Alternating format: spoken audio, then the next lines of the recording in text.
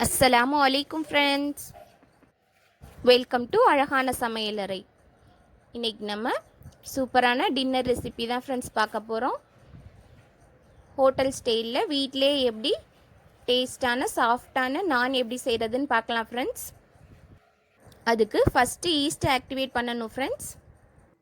1 tablespoon yeast, 1 tablespoon sugar ரெண்டையும் வெது வெதுப்பான தண்ணியில் போட்டு ஒரு 10 நிமிஷம் அப்படியே விட்டுட்டா பொங்கி வந்துடும் ஃப்ரெண்ட்ஸ். இப்போ மாவு பிசைஞ்சுக்குவோம். ஈஸ்ட்டு நல்லா பொங்கிருச்சு, நான் 10 நிமிஷத்துக்கு முன்னாடியே ஆக்டிவேட் பண்ணிட்டேன். இப்போ 1.5 கப் மைதா மாவு, 1 டேபிள் ஸ்பூன் சால்ட்டு சேர்த்து 1 டேபிள் ஸ்பூன் எண்ணெய், இது மூணையும் சேர்த்து நல்லா மிக்ஸ் பண்ணிக்கிடுவோம். ஈஸ்ட்டு வீட்டில் இல்லைன்னா அதுக்கு பதிலாக baking soda 1/4 teaspoon, baking powder 1 teaspoon, தயிர் 1/4 கப், இது மூணையும் சேர்த்து மாவில் சேர்த்து பிசைஞ்சுக்கலாம் ஃப்ரெண்ட்ஸ். இப்போ மாவில் கொஞ்சம் கொஞ்சமாக நம்ம ஈஸ்ட் ஆக்டிவேட் பண்ண தண்ணியை சேர்த்து நல்லா பிசைஞ்சுக்கரலாம்.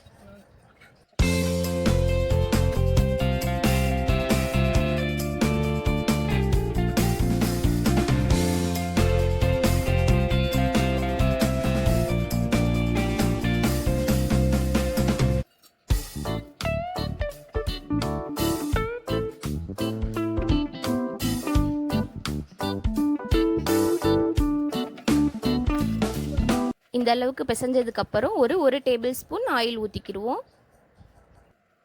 ஆயில் ஊற்றி திரும்ப ஒரு 2 நிமிஷம் நல்லா பிசைஞ்சு இது அப்படியே ஒரு 2 மணி நேரம் நல்லா ஊறட்டும். நம்மளுக்கு டபுளாக பொங்கி வரணும். நல்லா ஹீட்டான ஏரியாவாக இருந்தால் ஒரு 2 மணி நேரத்தில் நல்லா ஃப்ளஃபியாக வந்துடும் ஃப்ரெண்ட்ஸ். கொஞ்சம் கோல்டான பகுதியாக இருந்தால் ஒரு 3லேருந்து 4 மணி நேரம் எடுத்துக்கிறோம். உங்கள் வீட்டில் இருக்கிறதுலே கொஞ்சம் ஹீட்டான பகுதியில் இந்த மாவை வச்சுருங்க. இப்போ 3 மணி நேரம் கழித்து பார்க்கலாம். இப்போ நல்லா பொங்கி வந்திருக்கு பாருங்கள். இந்த மாதிரி மாவு உப்பி வரணும். இதுக்கப்புறம் மாவை ரொம்ப அழுத்தி பிசையக்கூடாது.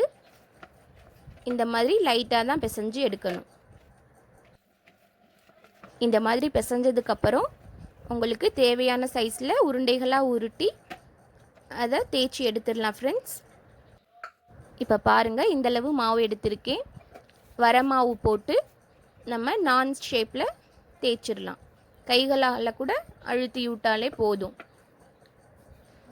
ரொம்ப அழுத்தி தேய்க்கக்கூடாது. இந்தளவு தேய்ச்சா போதும்.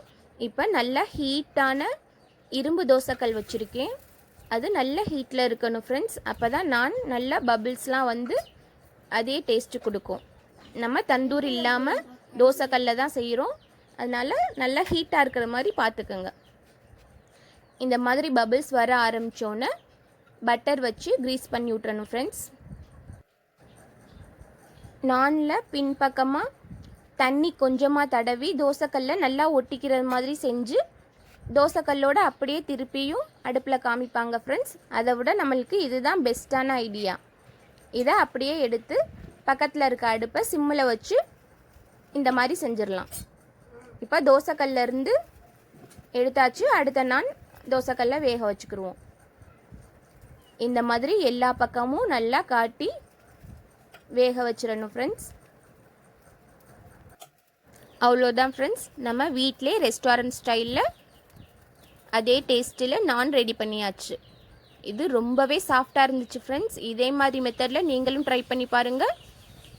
அப்படியே ரெஸ்டாரண்ட்டில் சாப்பிட்ட டேஸ்ட்டு கிடைக்கும். இதோட சிக்கன் கிரேவி, ராஜ்மா மசாலா, பன்னீர் பட்டர் மசாலா, இந்த மாதிரி கிரேவி வச்சு சாப்பிட ரொம்பவே சூப்பராக இருக்கும் ஃப்ரெண்ட்ஸ். கண்டிப்பாக ட்ரை பண்ணி பாருங்கள். இன்னும் இது போல் இன்ட்ரெஸ்டான ரெசிபீஸ் நிறையா வர இருக்குது ஃப்ரெண்ட்ஸ். நம்ம சேனல் அழகான சமையலறையை இன்னும் நீங்கள் சப்ஸ்கிரைப் பண்ணலைன்னா சப்ஸ்கிரைப் பண்ணி கூடவே பெல் பட்டனையும் கிளிக் பண்ணிக்கோங்க ஃப்ரெண்ட்ஸ். இந்த வீடியோ உங்களுக்கு பிடிச்சிருந்தா லைக் பண்ணுங்கள் ஃப்ரெண்ட்ஸ். மறக்காமல் உங்களோட ஃப்ரெண்ட்ஸ், ரிலேட்டிவ்ஸ் எல்லாருக்கும் ஷேர் பண்ணுங்கள். சப்ஸ்கிரைப் பண்ண மறந்துடாதீங்க. தேங்க்யூ.